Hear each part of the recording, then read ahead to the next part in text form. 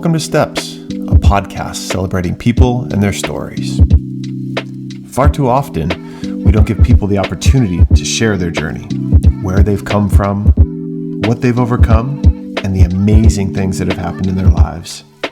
That's what we're going to do on Steps. We'll have real conversations with real people to understand how they've gotten to this place in time. Confucius said, "The journey of 1,000 miles starts with a single step." So, let's start this journey. Today's guest on Steps is Anna Rantala. Anna is a professional beach volleyball player who hails from Finland. She's one of the many athletes who end up making their way to the United States each year to attend a university while participating in athletics. In our conversation, we discuss her journey with this, including all the highs and the lows that can be associated with moving to a new country at the age of 18. From there, her story only gets better as she transitions to a new sport, and how this transition has led her to experience some of the biggest challenges in her life, both on and off the court.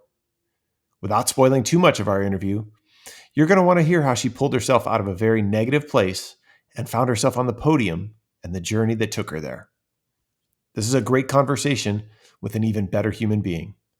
Now, let's get into the conversation with Anna. Hello there, my friend. How the heck are you? Oh my God, hello. I was a little bit nervous. I don't know why for this conversation. Nervous? Maybe It's not because we like haven't you and I are had it strangers. forever, and kind of like good way for me as well right now in my life to reflect and talk to you. So I was a little bit nervous. Um, I'm really good. I'm just happy to see you, and I'm in a good mood. So I I'm love good. it. I'm happy. I'm so thrilled to see you too.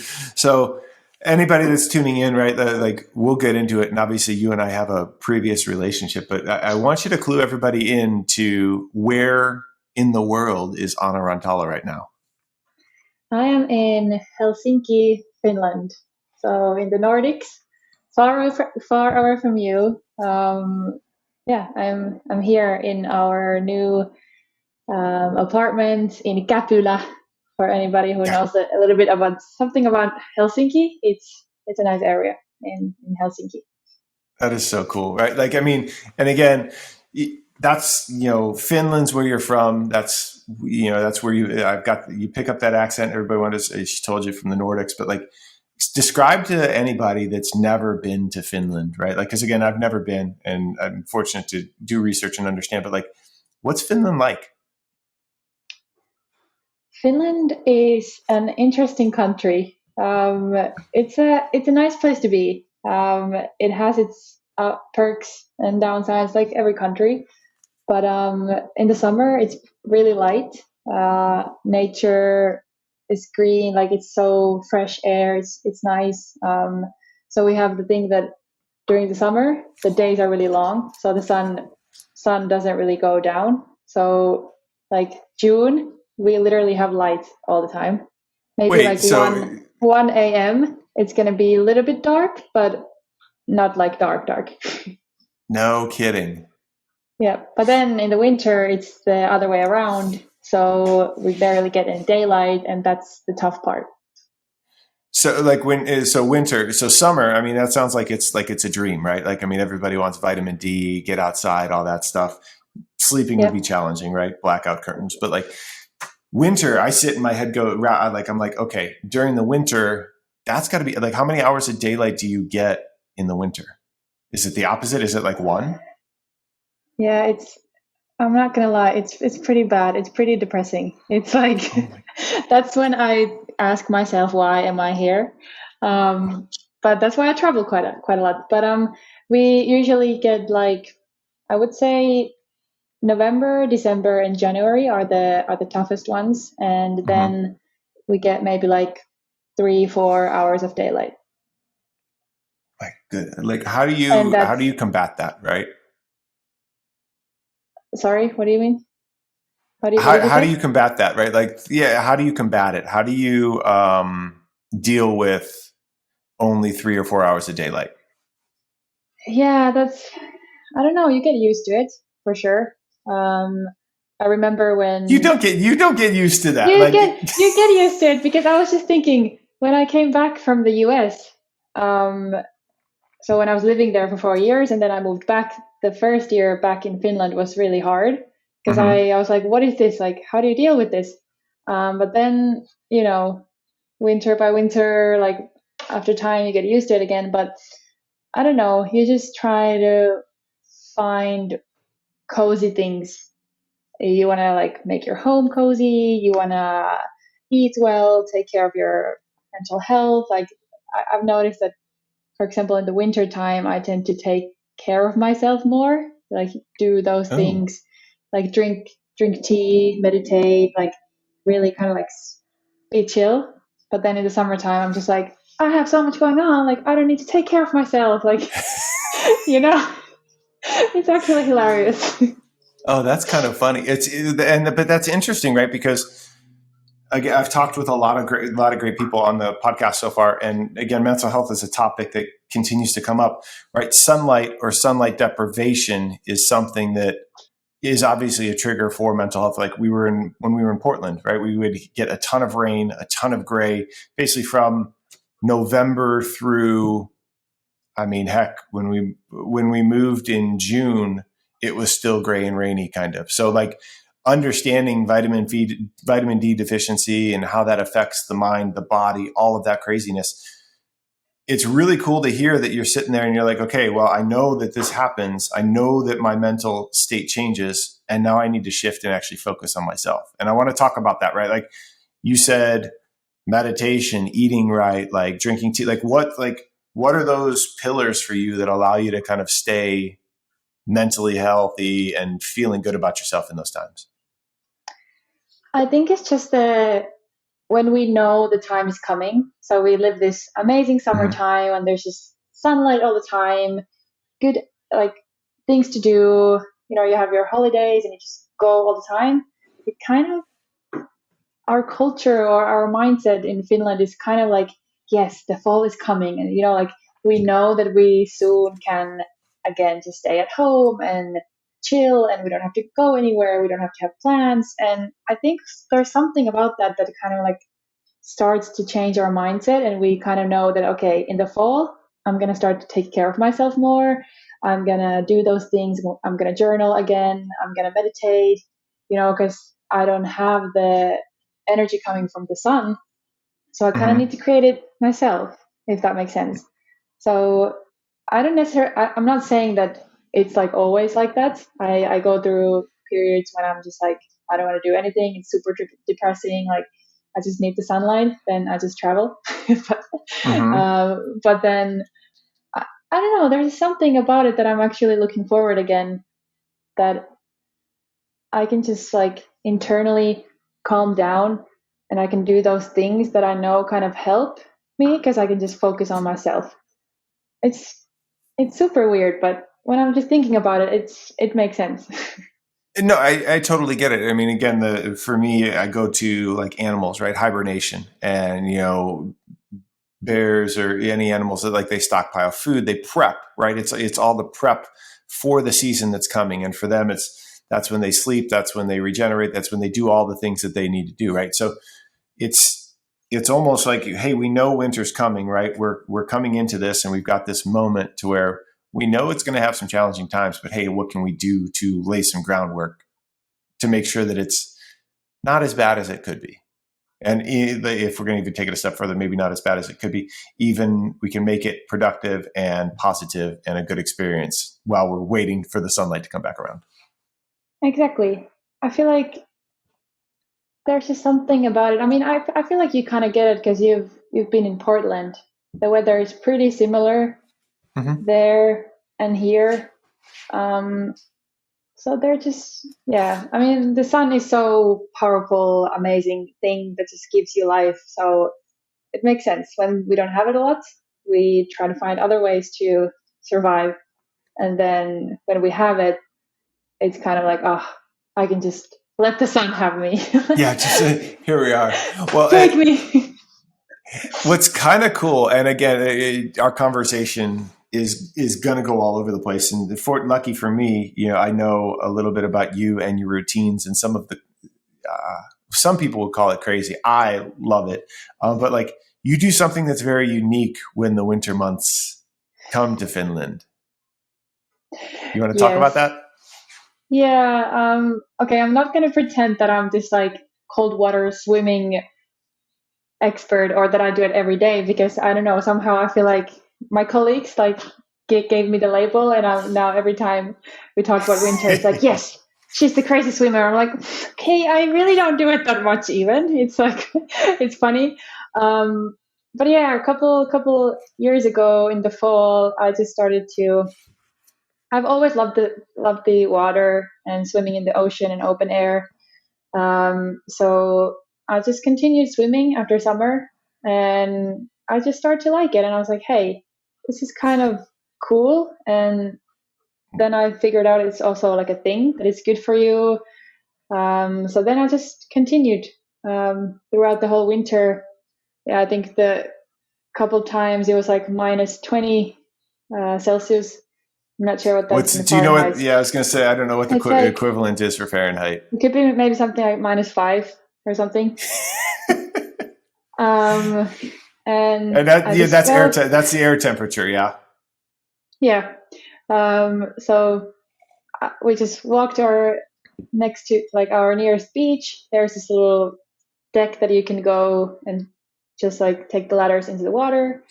I go there with my boyfriend Oliver. We just try it, and we're just like freezing but loving it. Somehow we just like feel so alive. Your endorphins are just like, Yeah.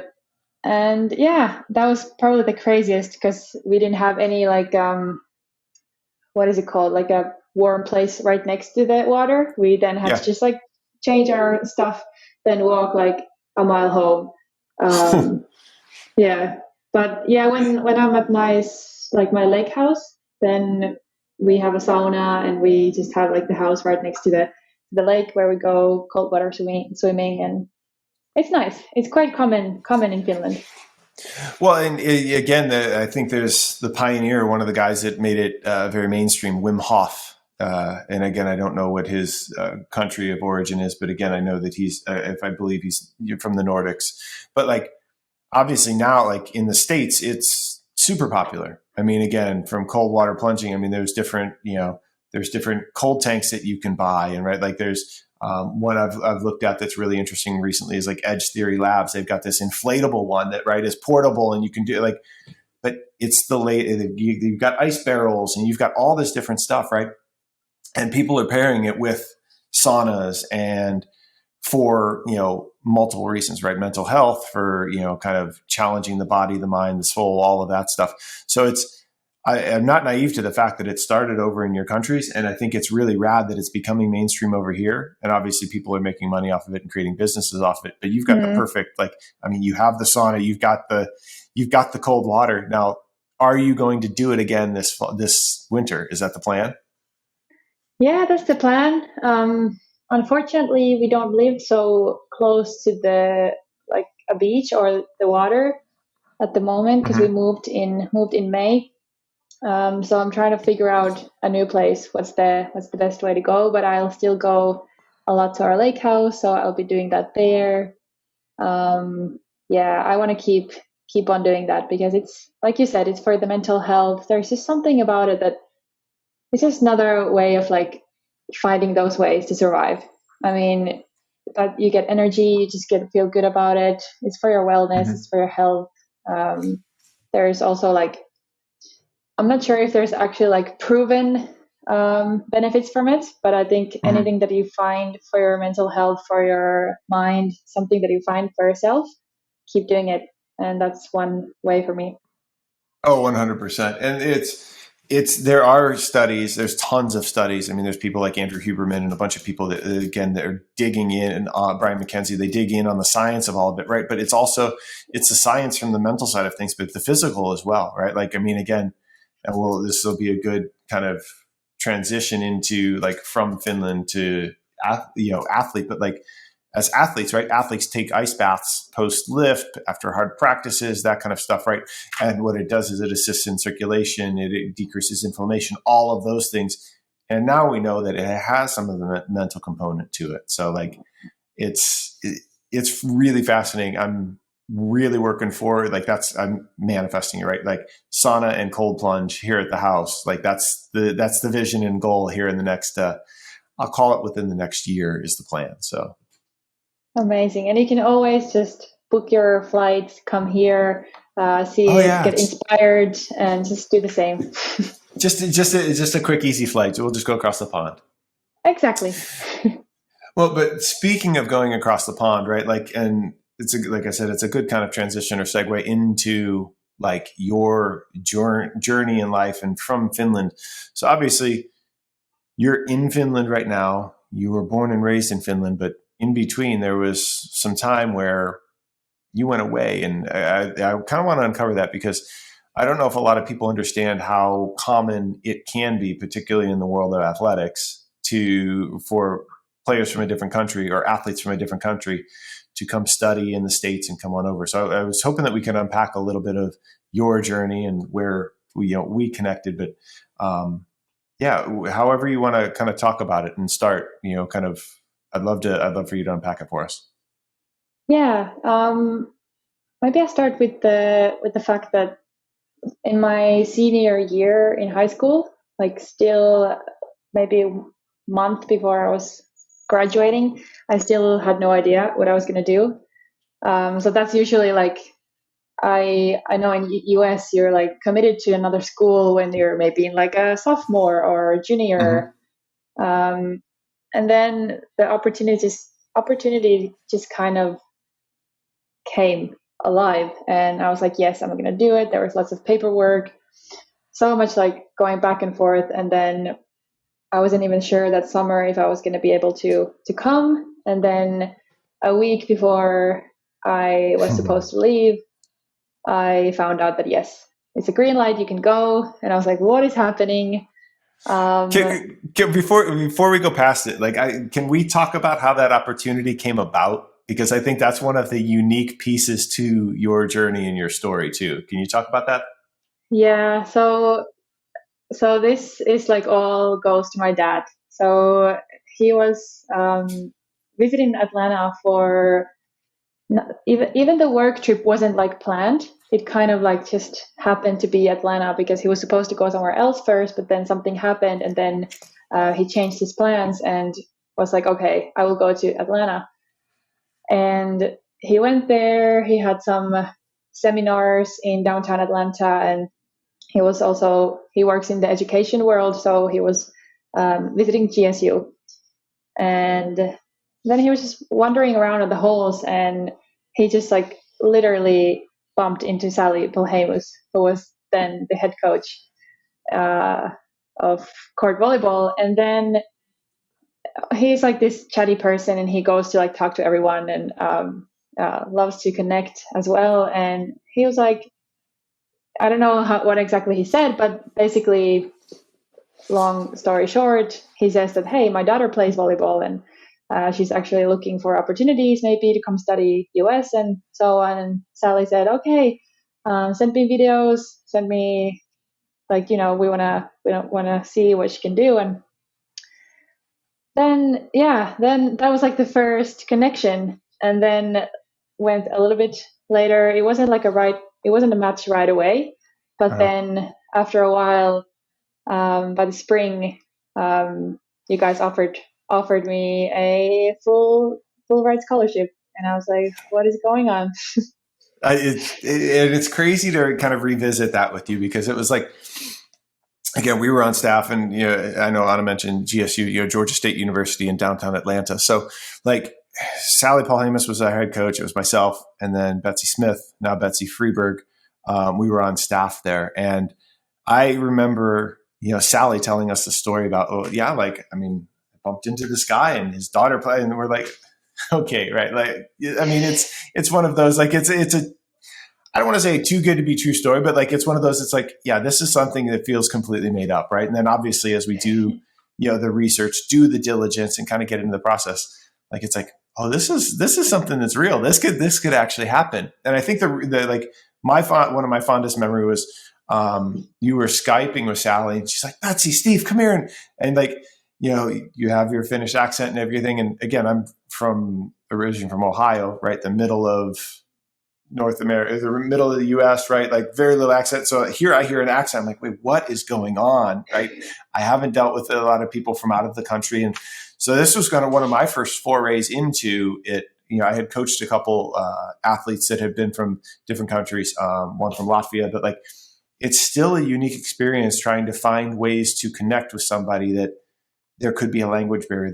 There's all these different things. So, but I distinctly remember your smile and the energy that you put off through the camera. And like, it was like, yes, this is a no brainer. And we were lucky enough to bring you on board.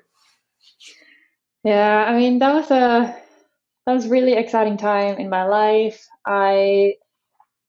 When everything just like happened and I was actually sitting on the plane, like coming to Atlanta, um, it was a crazy, crazy feeling that I still remember. I had two flights, so I had a layover in Paris, and I cried the whole way from Helsinki to Paris because I was like excited, scared, nervous, relieved. I mean, all of these emotions, and they just came out, and Yeah. it was just, I felt so empty and so ready. And I don't know, I've never felt that way again. It was like weird, weird feeling. What talk? Okay, so you said you've never felt that way, like empty. Like in what sense? I'm curious because this is the first time I'm hearing this. So I'm curious. Yeah, I think just the fact that I had no idea where I was going to. I mean, I had imagined it, I had my visions of it, I had my assumptions, but I was just scared because I like to be in control. I like to Mm-hmm. be, or at least back then, and I had my life in a nice little town with my family and friends, and everything was in order. And then I was heading to something so, I had no idea what was Yeah. coming and what to expect. So, but then again, I was really excited, and I had been working hard for that as well because that summer was pretty hectic with all the paperwork and all the different tests and just having my hopes up because I was going, but then the next day I wasn't, and then I heard again it could be possible, and then it was again like a no. Mm-hmm. So I think all of that emotion came out as well. It was it was weird.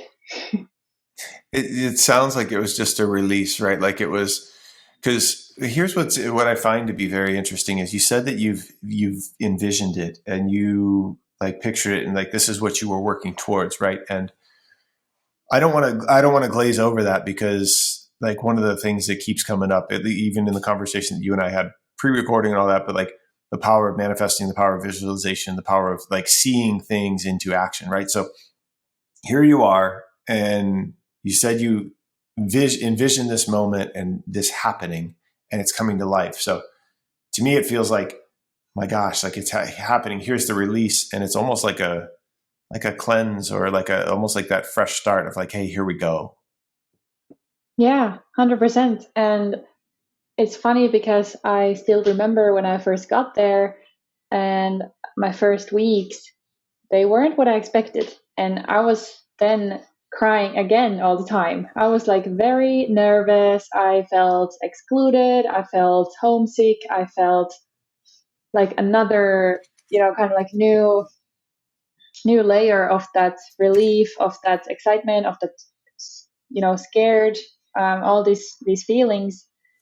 But then, day by day, I just started to adapt. I started to make like better connections. People started to like get me. I started to get them.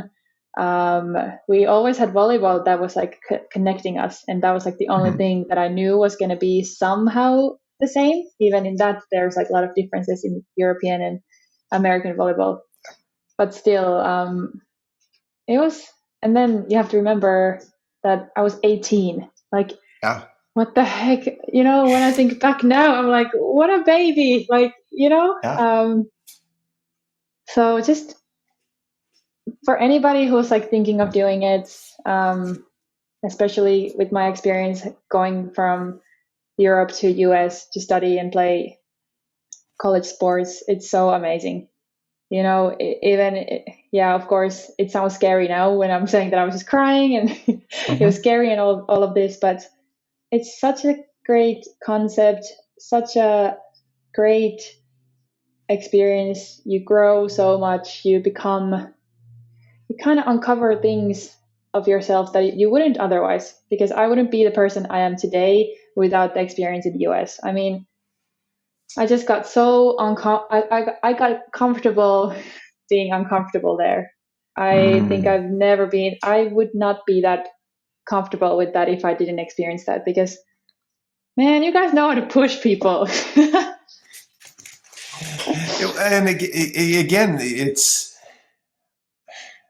I don't like your journey. And that's one of the things that I love about kind of steps and kind of why I created this, right? Like everybody's journey is unique. And it's really cool that you can sit right now and say that, like, looking back on everything that was really, really hard, like damn hard and challenging and all of that, you wouldn't be where you're at today without going through that. Because so many of us, myself included, we sit and, like, when things get tough, it feels like it's never going to end. But we always come out of the really hard stuff, and we always come out of it a better person, and we always learn something from it. So to hear you say that, and again, you're competing on some of the highest levels possible right now with what you're doing in your career, but like even reflecting back then, like that journey was something that was profound for you. And like, what what do you think? You said it uncovered things in you. Like, what do you think it brought out in you? Oh, so many things. You know, when you live in a small country, um, I mean, it doesn't matter if it's a small country or not, but we tend to go into our bubbles. So we tend to Mm-hmm. surround ourselves with similar people. Our friends are same age, doing same things. Um, and that's very common here. And we tend to all think the same and have the same kind of goals in mind, and the career steps and like how we should build life. But there in America, I think there's just something different. I mean, there's just so many people from everywhere, and it's such a amazing, crazy mess, but it's amazing mess. It's like, I don't know, the mindset there just like helped me to uncover things that I kind of knew that it was in me, but I was kind of like scared to show in Finland. Or yeah, I don't, yeah, maybe, yeah. I mean, it kind of helped me to bring those things out that I knew that I had in me. Like what? Because like I've always known that I'm pretty like social, and I love to speak in front of people and like um, entertain and be like a presenter. Yeah. But then I just feel like in Finland, I was just only doing that with like my closest friends or stuff. But then that was it. I wasn't ever thinking that like, hey, maybe like that's like a strength of mine. I was just kind of like, okay, yeah, that's just what I am, like, and then I just go and live my life. But then living there and talking to so many different kind of people and being comfortable with everybody around me in America, like speaking different language, and I just got so confident. I was like, hey, I knew this is like who I am, and I love that. And I just started to like grow because I got confidence, and people were also like supporting me, just who I was. So That that's the most powerful thing that you've said so far, right? Like, it's because you got where you went forced you to be uncomfortable, but in turn, it caused you to be more comfortable with yourself and be comfortable with the person that you actually are, right? And how many people out there, I'm guilty of it. I know you're guilty of it. Anybody, like, we feel like we need to show up and we need to do something a certain way for how it's going to be viewed on Instagram or on Twitter or this or this. But what you said is you totally got out of your comfort zone. You became comfortable in your own skin and you grew as a person and as an individual. Like, that's what we all should be striving to do. Like, I'm speechless right now. Yeah, and it's pretty awesome when I reflect now. I don't know if I could have like realized this a year ago, 2 years ago, but just when I think about it right now, something has brought me into this moment that I can just realize these things, and maybe these questions or the setting that's like kind of like inspiring or like helping me to understand that it's so good to get out of your comfort zone and surround yourself with different kind of people, learn from people, try your limits, and just go live your life. It's so awesome. So you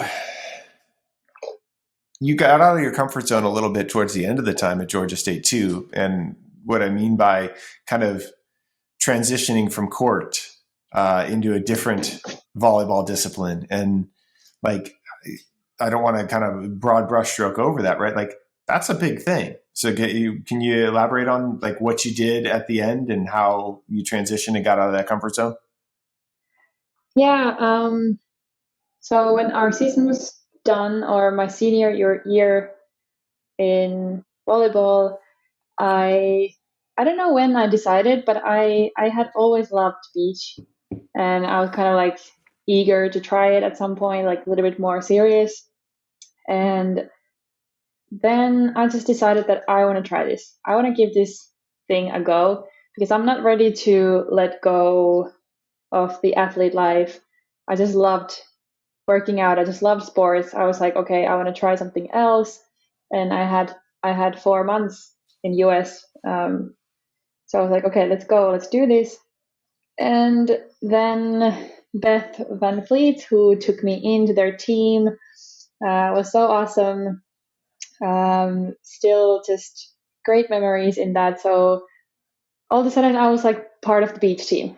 So I went from indoor to beach, and I was super fortunate to get to experience both of it. I mean, yeah, I know a glimpse of beach volleyball because it was only 4 months, but it was just very different to indoor, and I'm so happy that I got to experience both of them. And then I just fell in love with the sport. I just fell in love with the culture. I remember I told my coach back then, it was Taylor, who was coaching in indoor team. And I told Mm-hmm. him when he was asking, like, what do you like this beach? And I was like, I'm addicted to learning more. I was like addicted to it. I felt so strong towards the game, and I was like, there's just something that I have to like discover, and I have to see this card, how far this can go. And I'm still on that road, discovering that. Yeah. That's like, again, where you're at and what you're doing, and we'll continue to get to that. But like, you've created this, and I don't want to I keep bringing it up because it's powerful. You created and you envisioned and you manifested your trip to the US, right? And going and playing there. And then here you are, you're addicted to learning, and you're like, I've got to keep going with this to create and learn and do more. And, fast forward to, leaving. Well, we'll come back to it, right? But like, spoiler alert, Anna's still playing beach volleyball. But like, you've created this and you keep doing it. But like, it hasn't come easy for you, no? No, I mean, I feel like that's again, when something doesn't come easy for you, you're on the right track of doing something that you love. Oh, Because say that again. Say that again. when something doesn't come easy for you, you're on the right track. Because yeah, I mean, you said it before our recording. Something just like clicked when you said that when some things happen, like they're meant to be, then you know you're on the right track. And then I'm trying to Mm-hmm. like flip it around as well. In those moments, I feel like also when things get hard, but you're just stubborn enough that I know I'm on the right track because these challenges, these difficult moments are going to make me stronger, a better person. It's going to help me grow. Then you know you're onto something. And It's yeah. Keep going. yeah, and yeah, well, yeah, I mean, year ago, I was heading to a knee surgery. Exactly a year ago, I had a knee surgery coming up in 2 days. And It's been a year already. I know, I Oh know. my goodness. It's an anniversary in 2 days. And yeah, it's funny because every athlete knows that there's injuries, there's going to be tough times, but somehow you just think that it's not going to happen to me. You just kind of like, Why is that? I don't know. I mean, there's just something, I don't know if everybody thinks that way. I guess I'm sometimes too optimistic, too positive. So I just like think that Mm-hmm. it's not gonna happen. And then when it happened to me almost 2 years ago, my knee injury, I just couldn't believe it. I was kind of like, it's this is not real. I was really, really upset, and I was going through a really difficult time, and I don't know why I think that it wouldn't happen to me. I guess it's just one of those things that you just know something exists, but it just couldn't like I'm unstoppable. Nothing can stop me. Like when you're on your journey, you just Mm-hmm. like so you see your vision and you're so focused and you don't even think like there's gonna be setbacks. But then when it happens, man, I feel like there should be a way that everybody should kind of like be I don't want to say be prepared because we shouldn't be like living in that. We don't want things Mm-hmm. to happen because then they tend to happen. But I don't know, just somehow a little bit more realistic that life happens, things happen.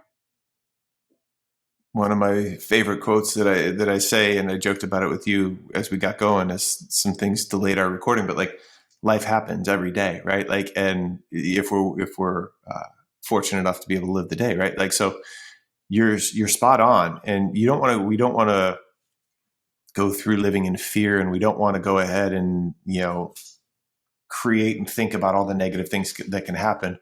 But I think what we need to do is be more open to understanding that life isn't all sunshine and rainbows and unicorns. It's again, there's ups, there's downs, and it's like you've said before, coming through it that makes us who we are and brings us to where we're at. But can we go back to the injury? And I don't want to harbor on it a long time, but like we kind of brushed over it. You said knee injury, but can you explain like what had happened and then kind of the journey along that path? Yeah, of course. So I had a little bit problems with my knee, but nothing that I was kind of like alert. I was just like, yeah, that's normal. I mean, just some like soreness, and if I was sitting for a long time in a tight space, I had to like straighten my knee, those kind of things. So I wasn't thinking anything about it. But then it was 2020 fall in November 13th, 2020. We had just started our practice, kind of like off season, like coming back again from off season. And I was super motivated. I was like, yeah, let's go. Like, I want to be in the best shape of my life. And just like, more load, more load. Like, let's do this and do that. And I was in a good shape, and I was like doing really good things on the court. And I was like, wow, like things are working. Um, and then after one practice, just like we were cooling down, and nothing even that traumatic happened. I was just stretching. I was on top of my knee, so stretching my quad, my right quad, Mm-hmm. and we were just chatting after practice, and then all of a sudden I hear this pop. I just like hear this weird pop. I feel something really weird, And I was like, I had to straighten my knee right away. And I was just like, okay, something isn't right. And, but I was like, okay, it was just while I was stretching, there's nothing, that's just some like a weird pop, whatever. And I went to our second practice at that night, like later that day, with that knee. And I was Mm-hmm. like, yeah. And then I was a little bit like worried. I was like, okay, this is weird, but it's going to be fine. I wake up the next day and I still go to practice. Then I start to practice. And then I told my coach, like, I'm out, like something weird is going on in my knee. Like I can't like walk. And then we got MRI the next week. I got a doctor's like opinion. Nothing that significant was going on. I mean, Mm-hmm. it was just a little bit like signs of a jumper's knee, uh, but kind of in a different position, like in my quadriceps tendon, so above the patellar. Mm-hmm. And yeah, I didn't get like a clear answer. It was kind of like, you have this and maybe take 2 weeks off and let's see after that. I was like, okay, cool, 2 weeks. That's like, I can manage that, but I'm still gonna Right. struggle. And then here we go, 2 weeks. I try to go back, no way. It's just like getting worse. Then I go see a physio and we start doing like a rehab plan. Kind of the same thing from my first physio. He was saying that, yeah, this is pretty normal. You can do stuff like as long as you can just like take the pain. Okay. Um, okay, cool. There's nothing wrong with it, but I mean, it's hurting so much, something is off. And this was going on a little bit, maybe 2 months. I was really struggling to just get my head around the fact that nothing is really broken and nobody really knows what's going on and nobody can give me Mm-hmm. like solutions. And we were working on with the national team doctors in Finland, and I was like, okay, what is going on? And then in January, I tried to come back. We had a short break, and I was like, yeah, I can go back in. And I just had decided that, yeah, I'm going to do it. Nope, still hurting a lot. Um, that's when I hear of this new, really good physio from my volleyball friend, and I went to see him. And I start to work with him, and we have like a clear plan. We do lots of rehab. We're trying different things. We're progressing, but then when I try to go play more, we're going back again. So we're like a lot of ups and downs. I was just trying to go in too soon because I was trying to push for the season. Mm-hmm. So I just had like one goal in mind that I wanna play this upcoming season, 2021. Um, yeah. So then it was always just like, okay, 2 more weeks, 3 more weeks, 2 more weeks, and just all the time pain, just like all the time. I just knew something was off, but I Mm-hmm. went to get an MRI again, the same thing, nothing had really changed. And I was just struggling with the fact that, am I like crazy? Am I thinking that there is pain even though there isn't? Like everything should be fine. Um, and then in the beginning of June 2021, I heard of this procedure or this little treatment that you can do, um, treatment called needling, and you can put like stab basically needles into the tendon so that the tendon would feel a big reaction, and then with that reaction it would start to heal by itself. Yeah, push like more blood and stuff into it. So I was like, okay, let's try it, let's do it. If everything goes well, I'll be back playing in 2 weeks. I just always had this mindset that I'm gonna be back in 2 weeks. It was like Yeah. weird. And we try it. No, damn, we hit like the bottom. It went into like, it didn't like it at all. I feel like we like had to start over. It was super weak. Like I had a little bit more range of motion before the procedure or the treatment, and then I had like none again. Like we had to start over. Um, that was like mid June. But still, somehow, I was thinking like at the end of July, I'm gonna play. Like I can play. And I was like constantly living in that mindset. It was super super tough. Um, but yeah, then towards the end of the summer, I just kind of started to let go, and I was like, okay, I can't play this summer. It's fine.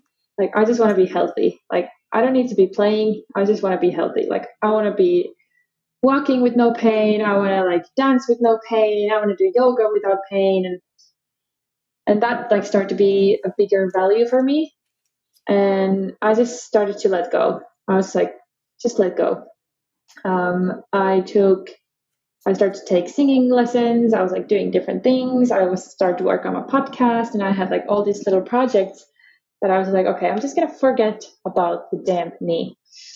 Um, and it's so crazy because I started to let go.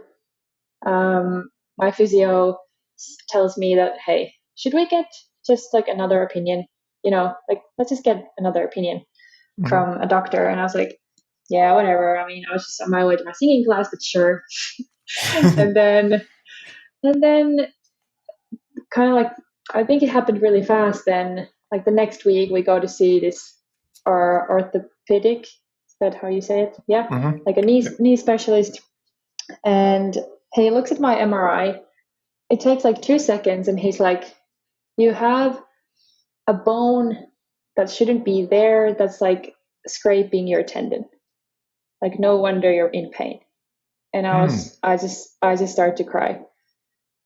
I was like, thank you. Like I just knew something was off the whole time, and I just knew there had to be a solution. I just knew there was something going on that wasn't supposed to be there. And basically, he told me right away that we have two options. We can either do a surgery. We're just gonna clear it. We're gonna scrape the bone that was like formed there. We don't know how Hmm. long the bone had been forming there, but probably for a long time. Or you could just keep doing rehab and not really, try to just strengthen everything, but the bone is never going to go away. And I was like, oh, I'm going to surgery. And I just knew it right away that that's just need to happen. And it was like the next week we had a surgery appointment. He did a stellar job. We cleared there's like a couple other things there as well. Um, yeah, and I felt so relieved. I felt so optimistic. I felt so happy about it. I had like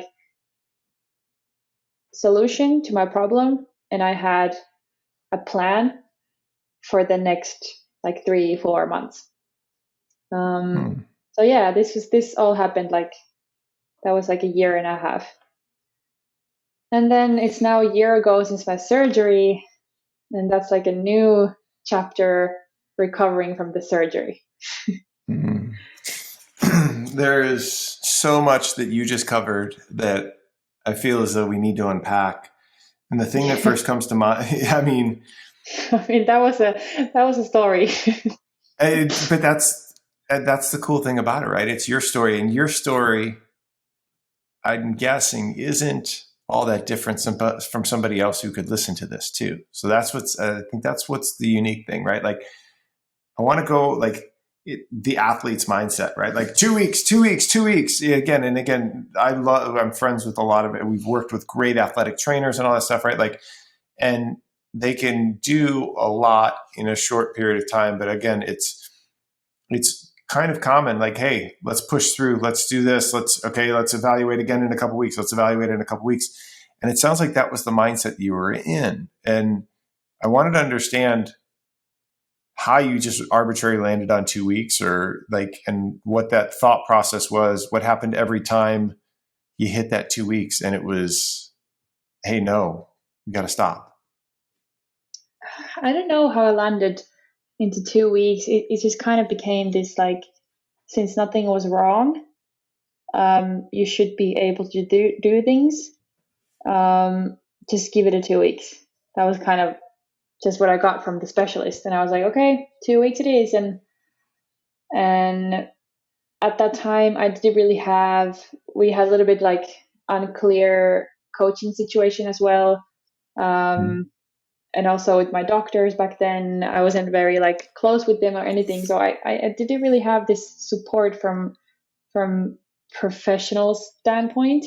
I was just kind of trying to figure it on my own. I was putting a lot of like on Instagram, like if any other athletes have had the same thing, and I was just like speaking that out a lot. And it just somehow just became like 2 weeks because I couldn't believe in my mind that I possibly wouldn't play this summer. So then the 2 weeks always gave me comfort somehow because it's kind of like a long time, even though it's a really short time. Mm. Um, but it was so hard every time we kind of hit that 2 weeks. I just always looked at my calendar and I was like, oh my God, again, I'm still not there. I haven't even done, I haven't made any progress. And it was super hard. I was like, that spring was the most challenging part, I think, because we were getting closer to the season. Um, it was always that 2 weeks, and there was a little bit progress, but not really like Mm-hmm. that big that I could play. So that was just tough. And that's why I think I wanted to do the treatment in the beginning of summer because nothing had helped before. And that was like my Sure. last hope that, okay, if this goes well, you can be playing in the beginning of July. And then I Mm. also had like my partner back then, she needed to play as well. So then I was like, oh my God, I need to be playing as well. Like she's been just waiting. Like, what is she going to do? And we don't have that many like players in Finland that you could just like take someone, a decent Right. player. So that was tough as well because it was really hard for me. It was hard for her. The whole situation was just tough.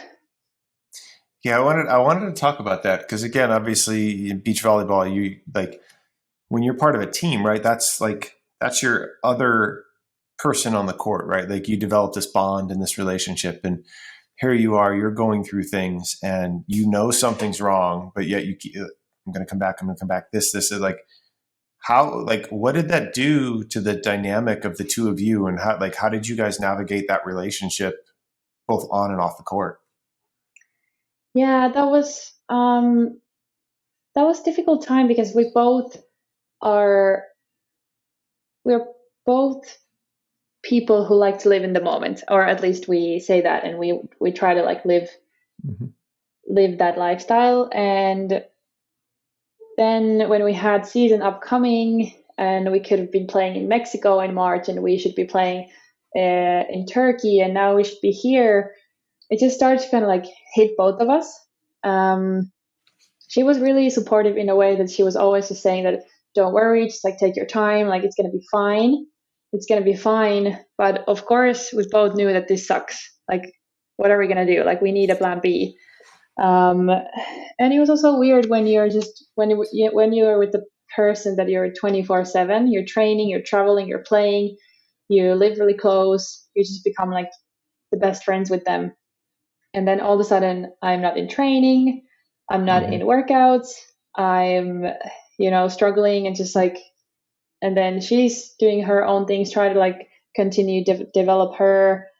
Um, but without me, without clear plan. So it was tough for both of us, I think, as well. I think we didn't speak about it enough. Like what was it doing to our dynamics? Um, we were just like both in our own bubbles, try to figure the situation out the best way possible. Um, we were still really close and like hanging out every now and then, but it just wasn't the same when we didn't have the excitement of like, hey, we're gonna go to Turkey soon and this season is gonna be awesome. And it was more like, hey, we don't know what's gonna happen. We don't know if we can play anymore soon, and we don't really know what's going on. Right. Um, so it was new for both of us, and I still don't think we ever like talked about it enough. Which we still can too. But yeah, it was weird. And I think that dynamic it's unique from the beach side of things, right? Like you said, I mean, you're around each other 24/7. This is the person you're relying on. And it, it's got to be tough because you're both very invested, but then there comes a point in time to where it's like, look, we need to, something needs to change. right? Like we need to, we're not functioning the way that we were. Was there a moment that you're like, okay, look, I, I can't do this for you. I can't, like, was there a breakup moment? Mm, there was like a slow breakup. There wasn't a Okay. breakup like in your face kind of breakup. It was kind of Yeah. like obvious shift was happening. Um, and that was tough. It was like tough for both of us because we didn't, that wasn't the plan. You know, we were supposed to play and do Yeah. these things, and we were really close, and we just had like same energy, and we were really close. And then all of a sudden, she is playing with someone else, and I still don't know what's happening, and I'm still struggling and don't have any clear vision. And she's starting a new journey with someone else, and it's really hard, and especially when you bond a friendship around that. I mean, I was her maid of honor at her weddings, and you Oh, know, like we were super close. yeah. Um, and then it just goes to a different direction. It was hard as well because you have the person when everything's going like well, and you're in it together, and you're playing, and you're super invested to each other, and you try to do everything you can for your team to be better, but also for your friend. But Hmm. then all of a sudden we don't have the team anymore. We still had the friendship, but it was like also going to different direction because we weren't together all the time Mm. anymore. Yeah. That's that's tough.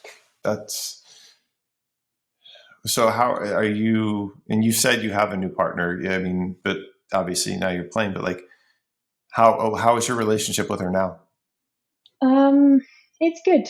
It's we've talked about a lot of things, and we are still close. We're not that close that we used to be. We don't see each other that much, just like trainings and playing trips and this, but not so close anymore.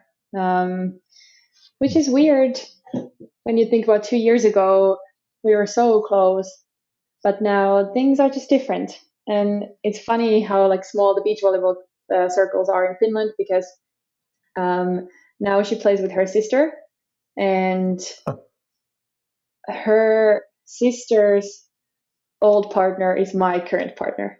So Oh, no kidding.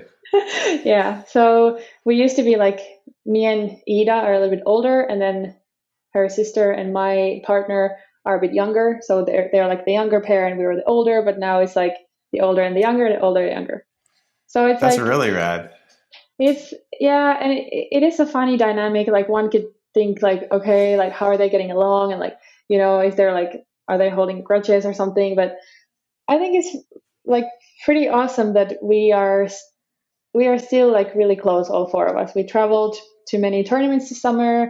We Yeah. trained together. I mean, we play against each other. We hang out. It's quite cool because then at the end of the day, that's where you see the friendship rather than like it matters more. It just Yeah. does. And I don't think if we weren't like mature enough, or if we didn't build that amazing, comfortable relationship between all of us, we couldn't be in this situation. It could be so much more messy. So it's pretty awesome. No, that's really cool. And again, I'm a firm believer that, God, the universe, whatever you believe in, right? Like people are put into our lives for a particular reason, right? And in some cases, we don't know why. We don't know how long they're going to be there or what the purpose is. So from that perspective, right? Like you and Ida, here you are, and here's the slow drift because of the injury. But little did you know that, again, perhaps Ida was brought into your life for this to help you get to this point, get through this moment. And then guess what? It opens up a door into your new partner, right? So like it's everything I believe is truly believe is interconnected, and people serve purpose in each of our lives. We just don't always know what they are for how long they're going to be there. Yeah, exactly. And sometimes you forget that. Sometimes you're so like in Mm-hmm. the going through the motions, or just going through something, that you just don't realize that or remember that. But when you do, it's just you just see things so different way. I mean, it's exactly how Yeah. you said it. People are put into our lives for a reason. Well, and even just you saying that and articulating that, right? Like I'm sitting and watching your energy change and everything. Because again, we've talked over some heavy stuff and injury and all of this stuff, and even like the breakup with Ida and the slow separation. But when we can sit and take a step back and realize, like, look, oh, like, yeah, all of this is happening for a reason. The people here are for a reason. And again, like we're where we're supposed to be. It's really powerful. And it actually kind of makes me, I'm going to bring it back around to like your freeing moment, your give up moment on your injury, right? Like it's one of those that like, this is what is going on and I can't do anything about it. So I need to embrace it.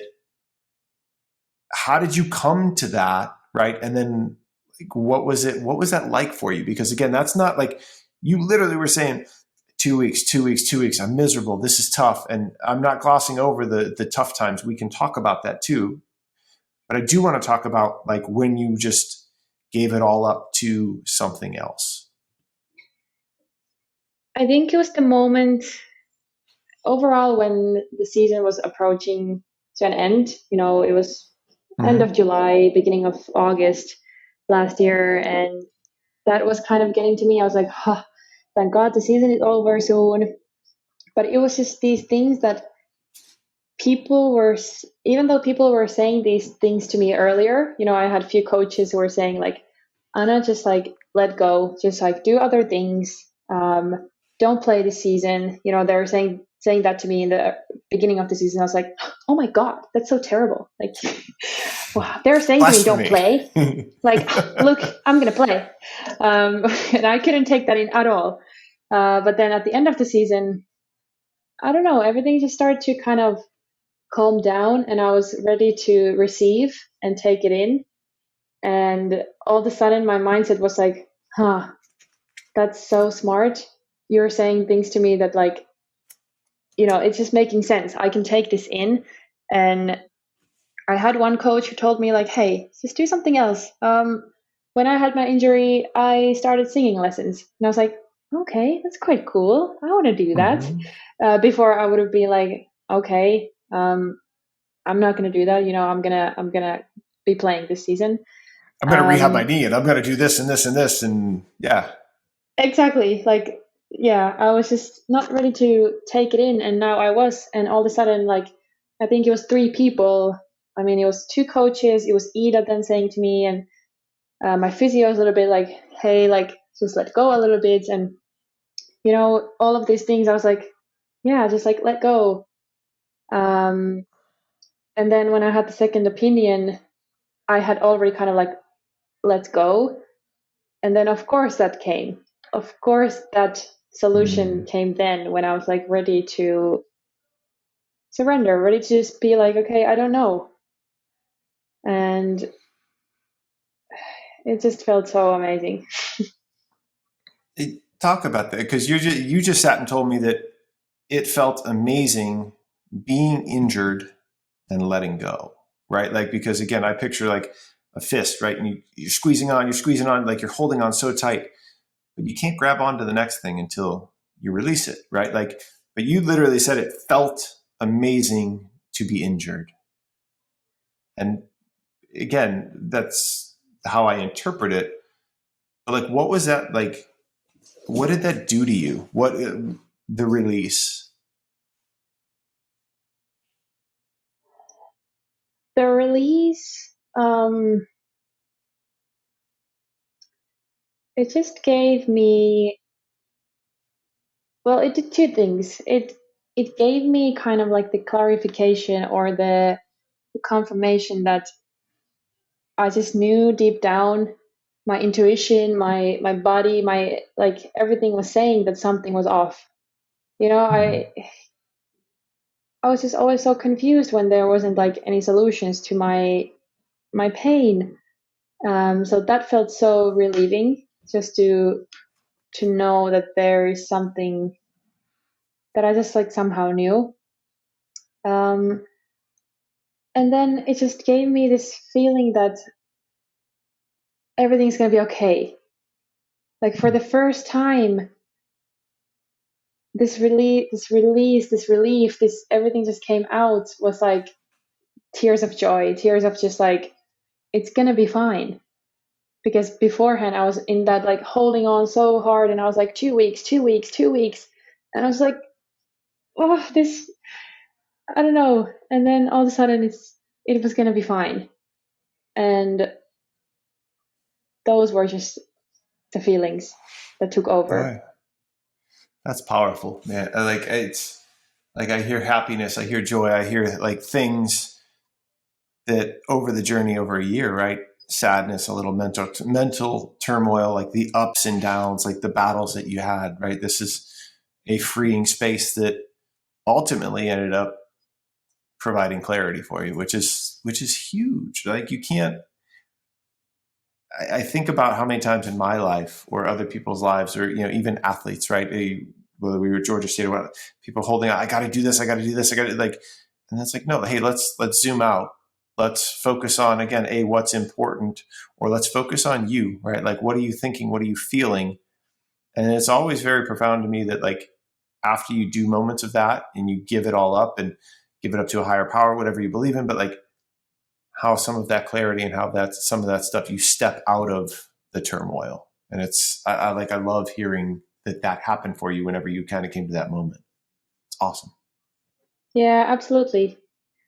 It was it was something that I needed to. I remember when I was telling my sister, she was also helping me a lot to go through this, but she was always like, "Okay, so what is so terrible about this? Like, talk to me. Like, like what's going on?" And I was like, "Well, I just I'm ready to go back. Like, I've learned my lesson. Like, I'm ready." And that's the moment I wasn't ready. Like, then she was like, Yeah. "Oh boy." But then I was Ooh. just ready to receive and take everything in. And I was super lucky as well that it happened quite quickly. Like, Mhm. then after a couple of weeks, 2, 3 weeks after I had decided that I can start letting go, I have a solution.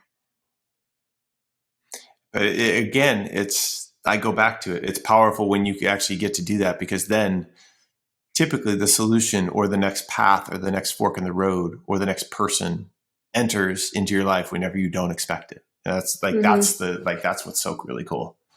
Yeah. I want to keep going, right? Like, because so we're coming up on, in 2 days, it's a year from knee surgery, right? And we have this surgery, and I'm not going to spoil it, but like, what what happened after that? Like, what's the last year of your journey look like? Um, it's been a lot of, if we go back a year and then it's after the surgery, and then we're like a new stage of rehab. And that's like it's a rehab 2.0, because I had like a mindset, or I heard from the doctor that if everything goes well, you're going to be playing in 3 months. And I'm like, I okay, was going to say, don't tell me that's two it. weeks.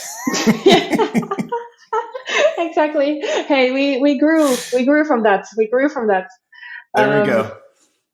but yeah, he said 3 months, and I was like, okay, that's it. And then, okay, it wasn't 3 months. It definitely wasn't 3 months. And I started to have this fear again. I was like, okay, the surgery didn't help. It's still hurting. I'm still not playing. But I had my other side of me telling me, like, don't listen to that voice. Like, it's gonna, you've been through this. Don't go into this, like, just Mm. let it be. And you've been through this, like, it's tough, but you got it. Like, it's gonna be okay. It's gonna be okay. And I was just I was getting into that mindset. I was like, yeah, I have time. We have time until next season, and it's gonna be fine. My bigger thing is just be healthy. Like, I want to do this right, so I have a healthy knee. And Mhm. then it was super random. I was living in that mindset a little bit, kind of like sad that I still wasn't playing after 3 months. But then I have this opportunity at the end of the year in December to go to Thailand to coach under 19-year-olds. beach volleyball world championships, I got this opportunity to go there to coach for Finland. And I was like, yeah, let's do it. Like, why not? So I go there. I went there with the mindset that I can train a little bit as well, but I'm going to coach and work and just do these other things. Like I can also train. It's going to be nice. And then there, I don't know what was going on. Was it the heat? Was it just the environment? Was it just, I don't know what it was. I had the courage to like try jumping. I had the courage of like try moving on the sand a little bit more, and it didn't hurt. And I was like, what? And then I remember this funny feeling when we were playing. I was still, my movement was sloppy and I wasn't like there where I wanted to be, but I was like playing without pain. Mm-hmm. And I remember I've been waiting for that moment for so long, but all I could think was just like, is this it? Is this what I've been like so miserable about? Like it might sound weird, but I should be there like crying for joy and being super happy, but I was just like, really? Like, have I been like miserable because of this? Like it's not that I loved it. I loved everything about it. It was so awesome. But somehow there was just so much growth and so much appreciation towards life and other things and health and just like friends and family and everything that I was just like, I'm never ever gonna like let an injury take so much of me. Wow. Yeah. That's powerful. Like that's because like you were defining your return. You were everything like it's like, well, I've got to be healthy to be able to play and I got to do this. And then here's your moment and like you're moving and everything's all good and and it's like, okay, I did it. And it's almost like, now what? Yeah, exactly. It was weird. I remember that feeling so well because I had envisioned it. I was like, if I could just play, everything could be fine. Like, if I could just play. And I was living in that mindset for so long. And then I was there playing. And I was like, now what? Just like you said, like, now what? Yeah. Kind of this like empty feeling of joy, but also a little bit confusion. Like, come on. Like, I have a life ahead of me, like I have life. And it was kind of that I was kind of like even disappointed in myself that I had let myself be so low, be so sad about it when I was looking back. When I'm thinking now, I'm like, of course you are. I knew no better. I wasn't. That was part of my journey. Like it's fine. But at that moment, I was just like, really? Wow. Because that to me. You said it right there. That's been part of your journey, right? That's part of your story, and that's what's brought you to right here. For me, what I heard was playing was the thing that was going to say that make you have joy and make you feel okay about everything. But yet, in that moment, you had a quick realization that you were okay despite playing. You were okay because you weren't playing. And that's how you talk about growing, you talk about learning, right? Like you were okay. You were more than okay. You were really good without playing. And the playing part, in my mind, doesn't define who the heck you are. That's what's big for me. Yeah, exactly. And then it's funny because you say that because now I can look back. And I was just thinking a couple of weeks ago with my friend who was also going through an injury at the same time I was. And we were speaking a couple of weeks ago because she's now back as well. And she asked me that, do I feel like I was happier during my injury? And I was like, you know what? Yeah, because, and we were thinking about it and we were like, why the heck is that? That sounds so bizarre. That sounds so weird. Why would we both feel that way? And we realized that when we were going through a tough time, we had to slow down. We had to find ways to Mm-hmm. make us happy. We had to find ways, I was meditating then back way more. I was more present. I was more aware. I was better to my friends. I was better to my boyfriend. I was better to my family. I was like present. I was there. I had more time to like appreciate those things, and I had more time to take care of myself as well. Um, and now I'm just kind of like, everything is fine. I can play again. I'm really good. So I don't need to do those things because I'm fine already, you know? Mm-hmm. And it's weird.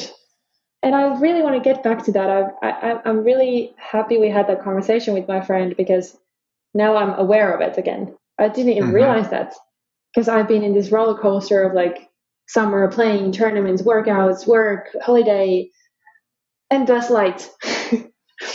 And now I'm kind of like, we're going towards the fall season again, how we started this conversation, like winter, summer. And I'm realizing those things again, like I need to take care of myself because that's just going to result in better in every aspect in my life. And you need to take care of yourself all the time too, right? Like, and that's what I hear Yeah. from you, right? Like, yeah, you're going through it and everything's been great and you're riding a lot of highs. But as you're prepping for, I'll call it hibernation or winter, right? Like, okay, great. This is a great time to reflect and get clear. But like, as you and I have had previous conversation about, right? Like, it's all about developing routines and developing, something that allows you a process to go ahead and make sure that you're progressing and you've got these certain things. Like for me, I've shared it with a couple of different people at different times, but like I've got 4 things that I'm working on daily. It's moving, it's breathing, so move, get out and move around, breathing, right? It's some form of meditation or even just pausing and reflecting. Um, it's praying for me. It's digging into my Bible and, having conversation with God, and then connecting with another person because that's the stuff that lights me up. But like it's for you and for anybody else out there, right? It's figuring out what those systematic things that you can incorporate into your day that allow you to use your word, be more present, to live life and be and do all of those things. So are there things that you naturally do or are looking to get back to, right? You said you meditated, journaled, like what are the things that you could add in or that you'd like to kind of bring back around that helps you feel a little bit more whole and more present? Yeah, definitely journaling. That's been one that I just love having my morning journaling. But then I just haven't done it all summer because I've been traveling, I've been in different places, and that's not an excuse. That I'm just saying that, yeah, I haven't been able to do Mm-hmm. this because, I'm traveling. Like, right, because that Because you haven't made it a priority. exactly. But I'm like, I'm doing that a lot, just kind of like find reasons that I can't be doing something, even though I Mm-hmm. totally could, because yeah, I'm not making it a priority. But that's something that's going to be on my priority list. Also, getting out, breathing some fresh air, meditating, because now we have the opportunity as well. Like when I go out of my door, I'm outside. Like I used to live in an apartment building where I had to go downstairs, and it wasn't that easy. So now it's just there, but I'm not doing it. Um, and yeah, those are the 2 things. I'm just going to keep it at 2 because I tend to take too many things and then I get Yeah. overwhelmed and then I don't do anything. I love that. But again, I'm a cut from the same cloth. You and I talk about that a lot. So yeah, like I think those are 2 good things to get grounded in and really kind of build off of. I think that's awesome. You mentioned, right, like going and doing and being all around, right? Like athlete life, it encompasses you. Like it literally takes over and like it's not all sunshine and rainbows and glamorous. And like, I mean, again, you don't prioritize, reflection, meditation, all that stuff because you're constantly going. Could you talk about that? And then let's kind of the journey over like athlete life right now. And then let's bring it around to, I guess the culmination of what happened a couple of weeks ago as we kind of transition into that. Yeah. Yeah, it can be pretty hectic. So basically after Thailand trip and after just like getting back, I made a successful comeback, I guess I could say. And we started our season this summer. And yeah, we traveled a lot. We went to Scotland, we went to Turkey, we went to Spain, we went to Italy, we went to Poland, we went to Slovenia. Hmm. All in Yeah, span of like how many months? Like how long? Like what was the time frame? like within 2 months. Oh my So goodness. basically, every time we got home, we either stayed home for a week or so, and then we went again, Holy or cow. then we also had a period that we were in Italy for 2 weeks, and then we went straight from Poland to Italy. So we were on the road for 3 weeks in a row. Yeah, which was like crazy because then it's just us two. We figure out all of our traveling and like just like the logistics and everything, how we work and how we go to places. We figure This out is our so just to, money. just to be clear, this is like pro beach volleyball like over in Europe. Yeah, like kind of like I mean again we've got AVP over here, but like is it like what's the how would you compare it? Yeah, so in the beach volleyball pros, there's three different levels right now. It's the elite, Okay. challenger, and futures. And we play in the futures future level, so the lowest one. So we're kind of Mm-hmm. like starting our journey together. We're wanting to go to those tournaments to get points. Um, we have few sponsors, but we definitely don't have a lot of money. It's not a lifestyle that you make money out of. Right. But it's so fun and it's so amazing to travel and compete in those competitions. Yeah, we were in qualifiers. We lost a lot, but we also won. We got into the main draw. We got a lot of good experience. Yeah, I don't really know. Is it like comparable to AVP? I think the top AVP is totally like better level. It's really high level. Yep. But I think in the qualifiers there's a lot of like different levels Sure. in Yeah, they've got like AVP. AV. I think it's like AVP next or something like that. And again, I'm just trying to understand. Like, okay, so it's pro league over in Europe with multiple tiers. Got it. Yeah, yeah. Okay.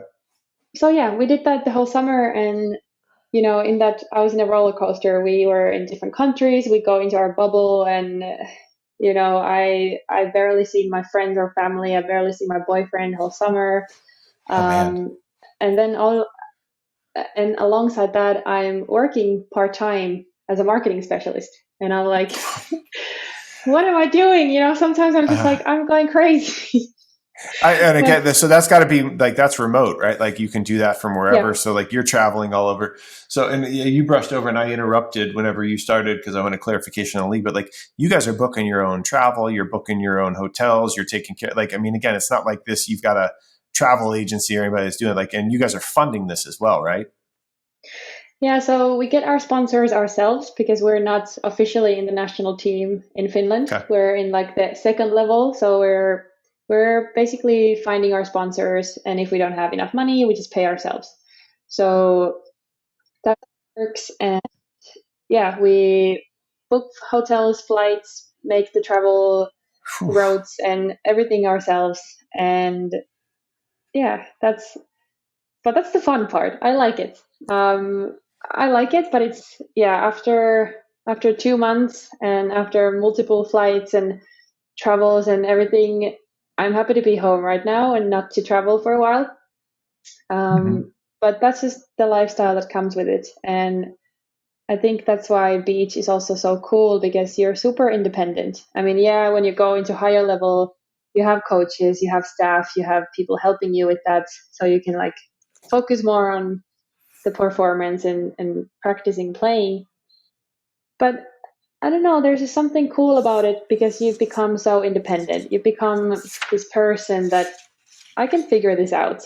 I am taking in I'm measuring my capability of doing things. Sometimes it's too much and you need to take a break and you have moments and you have to talk about it and stuff, but then we have moments like this. Now we're in off season.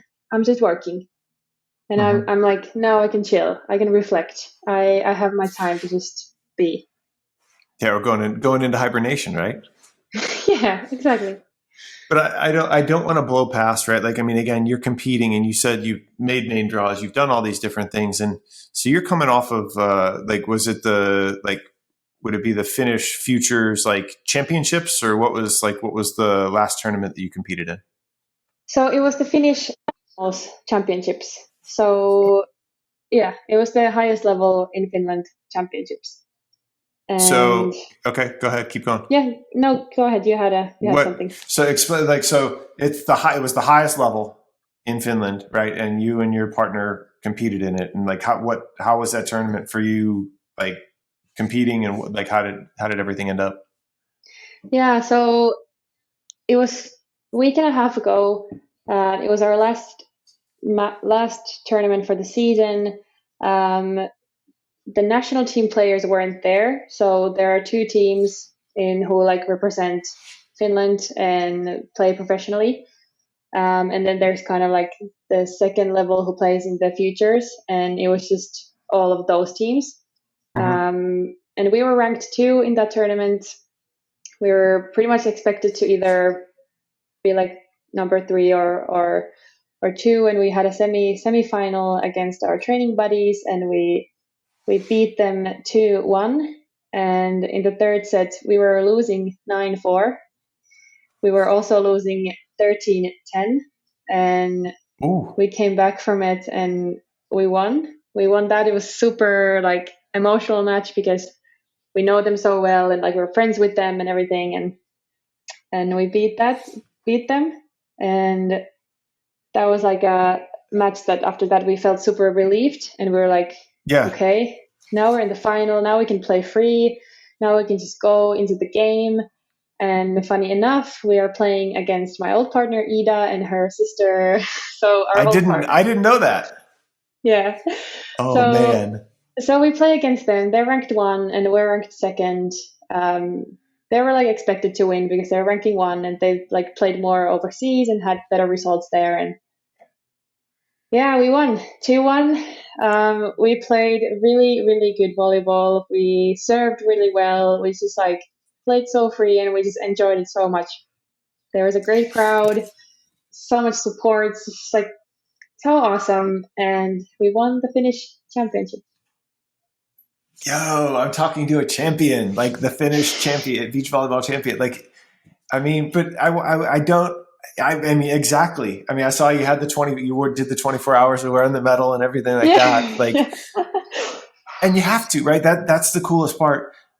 I'm not brushing past it. I'm going back to something that you said twice in just the past 2 minutes about you playing free, right? And sorry, Steve. you were playing free. You're good. Yeah, good.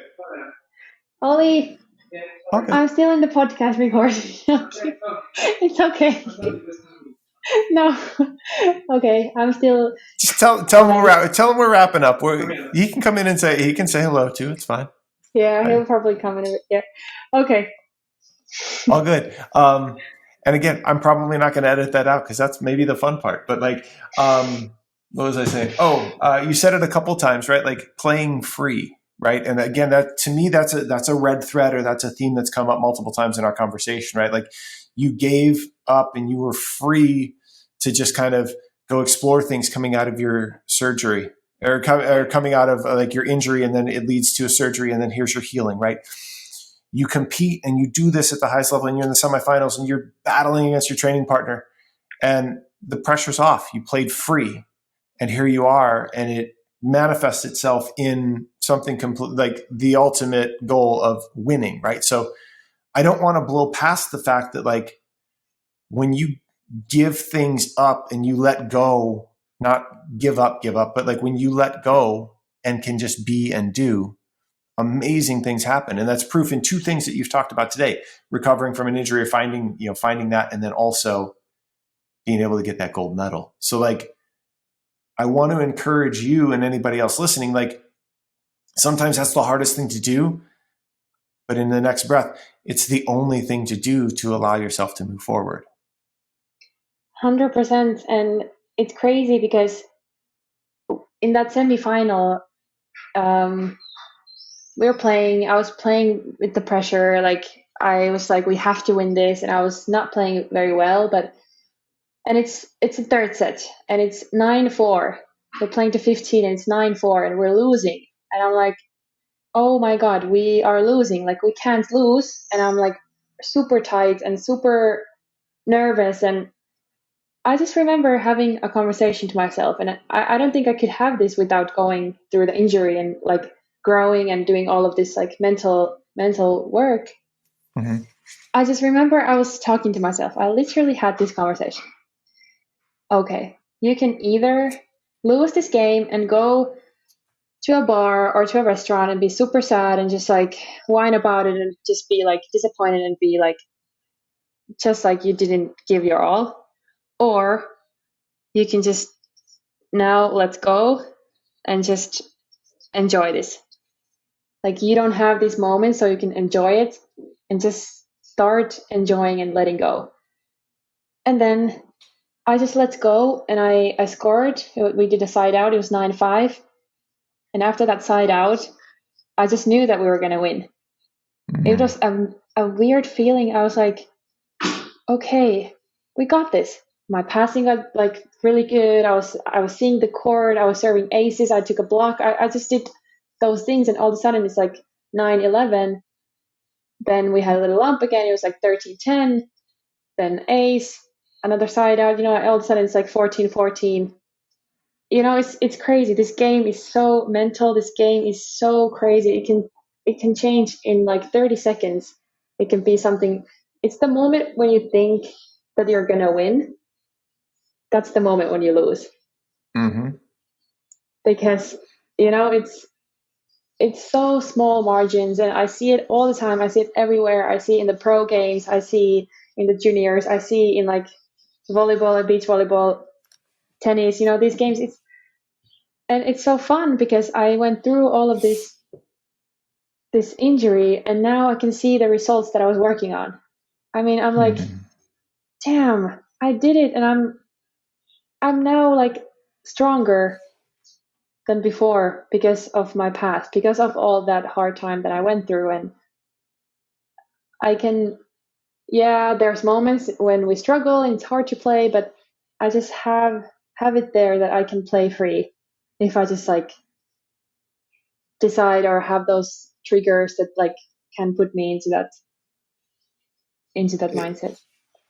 That's what it's about, right? Like, and again, like I think that's a good kind of transition out of where we've been, right? Because I want to call out like some of the things that you said that stood out to me, right? But like at the end right there, you were talking about being able to be in the moment and not worry about the winning. And when you think you're going to win, like that's when things go haywire and everything. Like it's literally point by point, or it's moment by moment, whether that be in life, whether that be on the sand, whether that be on the court, whatever that might be.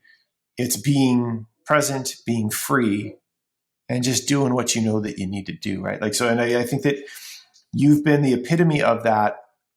And this is kind of, I'll roll it into my kind of moment of gratitude, Tori, because like you've been the epitome of that over the past years, right? Like it's been a journey and it's been a struggle and it's been ups and downs. And you've dealt with, stuff with mental health, and all like this whole journey has brought you to this place right here, right now. And I want to applaud you and say that I'm grateful that you did the work, that you have taken time to reflect, and that you're sharing this with other people out there. Because again, I do think that it's going to be an inspiration for others to be able to sit and listen and know that, again, winning doesn't define you. All these things don't define you. A lot of it is just kind of being able to be in the moment and be comfortable with who you are. So like, I thank you for sharing all of this. I thank you for, ultimately being a little bit of vulnerable and sharing some of the things that you went through, whether it be the journey with Ida to your injury and all that stuff, because I know that stuff's not easy and it doesn't always get talked about too. So I'm appreciative that you felt comfortable enough to share that with myself and our listeners. Thank you. And I thank you for creating the space, because there's always two people when talking, sometimes there might be some things you want to say, but you just don't feel that way because of the energy or the environment we've built. And I think it's pretty awesome what we've built, because yeah, I really hope some people can get inspired by this or encouraged. Um, it's tough. Injuries are so tough, but I know it's like corny to say that you like grow so much from them, but you just do. And there's a reason why I went through that, and I yeah, I'm really excited to see where this journey is going and how to keep growing and evolving and going step by step forward. I love it. Like, and that's what it's about, right? Keep on going, keep moving forward. You mentioned that you hope that you helped somebody by sharing this, and I know that you will, right? And again, even just little things you've shared with me has inspired me a little bit. But if anybody wants to connect with you or reach out to you and dig in or ask questions, or just say that that what you said has landed with them, how can they connect with you? What's the best way? Best way is on Instagram, so Anna Rantala, and yeah, that's the best way. If you're not on Instagram, I'm on Facebook also with the same name, or then just my email, anna.rantala@hotmail.com. That's always an option too. I love it. And what we'll do is I'll link it and I'll make sure that people know. And again, if anybody doesn't want to reach directly out to Anna, you can come to me and I'm happy to connect dots. She's a dear friend and I'm happy to make those connections. With that, you mentioned podcast. Is there any chance of the Inner Athlete coming back? We got season 2 in the works anywhere? The Inner Athlete is on the works. I haven't set any deadlines or time when it's coming. I've started to navigate a little bit and start to create like a list of guests, a little bit of graphic designs and what's going to look like, and little bit of planning. But right now I need to focus on other things, and it's coming. It's so fun because I need to share this. I was at the gym a month ago and I'm just there working out, and this girl comes up to me and she's like, "Hey, are you Anna?" And I was like, "Yes." And she was like, "You have the podcast, The Inner Athlete." And I was like, "Yeah." And she was like, "Thanks for that. Like, it helped me. I went through a back injury and I could relate so much, and there was a couple episodes that like really spoke to me." And I was like, "Wow." That's it. Yeah. That's what it's about, right? It's in Yeah. positively impacting lives, and you're doing it through that. So I want to encourage you. I loved being your guest on it when you first launched it, and like I want to encourage you to keep doing it, because obviously you do have an impact from that perspective. So we'll link the previous season of Inner Athlete as well, so that way you get anybody listening can kind of tune into that, and then we'll keep people posted when season 2 comes around. So my final question, I want to wrap it up and allow you time to go spend some time with Oliver as he just got home. But like, this is the culmination of what we've talked about. And I want you to explain in your words, who is Anna Rantala? Oh, okay. Anna, I am a creative, passionate, curious life lover who loves inspiring, connecting, and being. That may be one of my favorite answers to date. I love that. Like, I'm fortunate that I know you on a deeper level than just, podcast interviewee and podcast guest, and what you just said is spot on. So I think that's the perfect way for us to end the conversation, and allow me to just say thank you one more time for being my guest, sharing your journey, and I love chatting with you, and you inspire me, so I'm thankful for you. Thank you, Steve. Likewise, thanks for having me. This was amazing. We have this bond, we connect, and we can like just be real. So you helped me a lot. So thank you for being you. You are absolutely welcome. That's the only thing I know how to be is me. So, and the same thing for you. So until we talk again, my friend, we'll talk soon. Talk to you. All Bye. right. Bye. The journey that Anna has been on is one that we can all take note of. I personally love how she took herself out of her comfort zone and moved clear across the world to pursue a dream. She kept going and battled so many things and continues to work on herself to live her best life. Thank you for inspiring me and so many others, Anna. What were your takeaways? What were you left with? Let me know over on my Instagram at Steve Vencel, SteveVencl, on the post for this episode. Additionally, please share this with someone who may benefit from hearing these words. That's what it's about, sharing people's stories and understanding how to keep moving forward. Thanks for listening. Please like, subscribe, and comment. And until next time, keep moving forward, even if it is just one small step at a time.